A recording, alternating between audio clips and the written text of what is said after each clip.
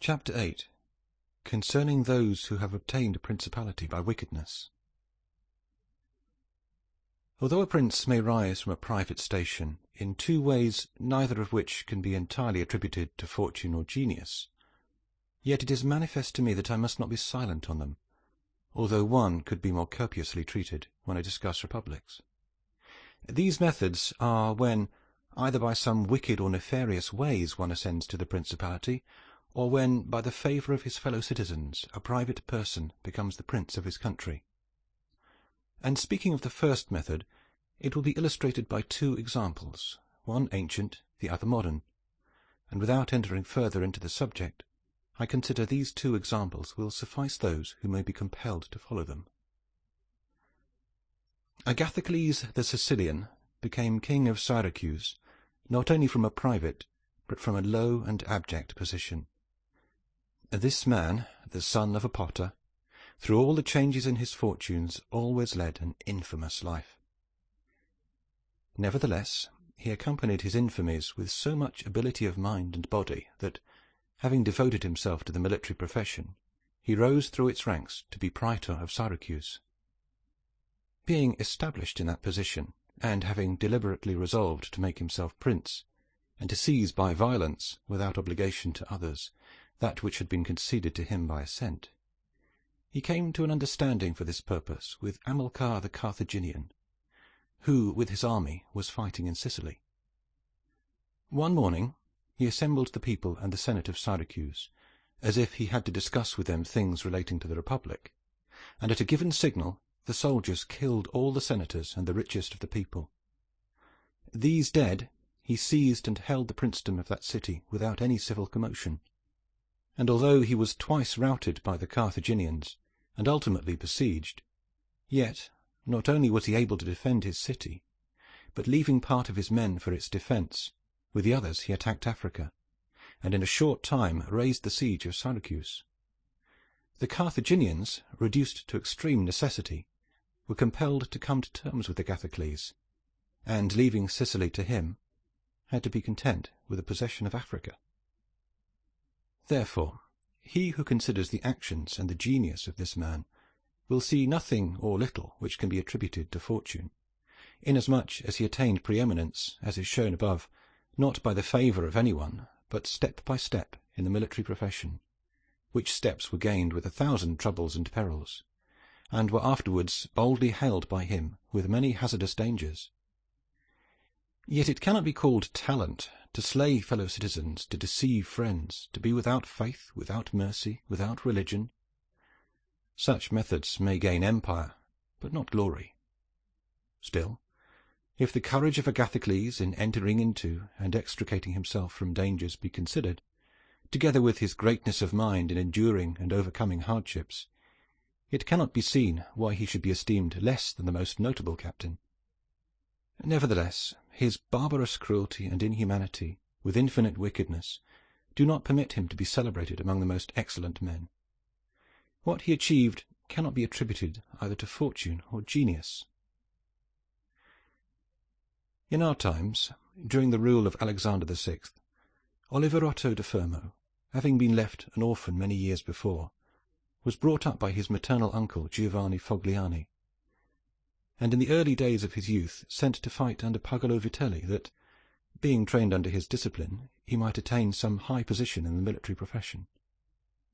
After Pagolo died, he fought under his brother Vitellozzo, and in a very short time, being endowed with wit and a vigorous body and mind, he became the first man in his profession. But it appearing a paltry thing to serve under others, he resolved, with the aid of some of the citizens of Fermo, to whom the slavery of their country was dearer than its liberty, and with the help of the Vitelleschi, to seize Fermo. So he wrote to Giovanni Fogliani that, having been away from home for many years, he wished to visit him and his city, and in some measure to look upon his patrimony. And although he had not laboured to acquire anything except honour, yet, in order that the citizens should see he had not spent his time in vain, he desired to come honourably,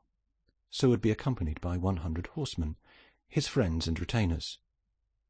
And he entreated Giovanni to arrange that he should be received honourably by the Fermians, all of which would be not only to his honour, but also to that of Giovanni himself, who had brought him up. Giovanni, therefore, did not fail in any attentions due to his nephew, and he caused him to be honourably received by the Firmians, and he lodged him in his own house, where, having passed some days and having arranged what was necessary for his wicked designs, Oliverotto gave a solemn banquet, to which he invited Giovanni Fogliani and the chiefs of Fermo. When the viands and all other entertainments that are usual in such banquets were finished, Oliverotto artfully began certain grave discourses, speaking of the greatness of Pope Alexander and his son Cesare, and of their enterprises, to which discourse Giovanni and others answered. But he rose at once, saying that such matters ought to be discussed in a more private place, and he betook himself to a chamber, whither Giovanni and the rest of the citizens went in after him. No sooner were they seated than soldiers issued from secret places and slaughtered Giovanni and the rest. After these murders, Oliverotto, mounted on horseback, rode up and down the town, and besieged the chief magistrate in the palace, so that in fear the people were forced to obey him, and to form a government, of which he made himself the prince. He killed all the malcontents who were able to injure him, and strengthened himself with new civil and military ordinances in such a way that, in the year during which he held the principality, not only was he secure in the city of Fermo,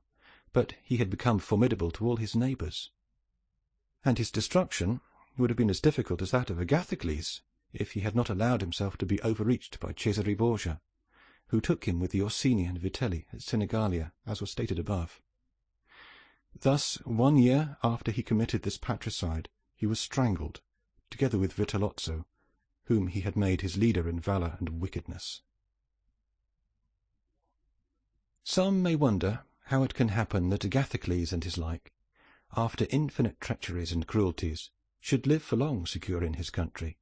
and defend himself from external enemies, and never be conspired against by his own citizens, seeing that many others, by means of cruelty,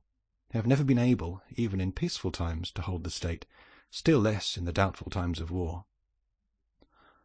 I believe that this follows from severities being badly or properly used. Those may be called properly used, if of evil it is possible to speak well, that are applied at one blow, and are necessary to one's security, and that are not persisted in afterwards, unless they can be turned to the advantage of the subjects. The badly employed are those which, notwithstanding there may be few in the commencement, multiply with time rather than decrease.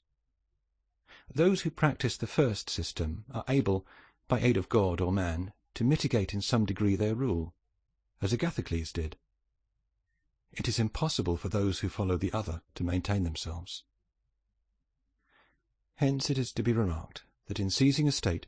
the usurper ought to examine closely into all those injuries which it is necessary for him to inflict, and to do them all at one stroke, so as not to have to repeat them daily. And thus, by not unsettling men, he will be able to reassure them, and win them to himself by benefits. He who does otherwise, either from timidity or evil advice, is always compelled to keep the knife in his hand. Neither can he rely on his subjects, nor can they attach themselves to him, owing to their continued and repeated wrongs. For injuries ought to be done all at one time, so that being tasted less, they offend less. Benefits ought to be given little by little, so that the flavour of them may last longer. And above all things, a prince ought to live amongst his people in such a way that no unexpected circumstances, whether of good or evil, shall make him change, because if the necessity for this comes in troubled times, you are too late for harsh measures, and mild ones will not help you, for they will be considered as forced from you,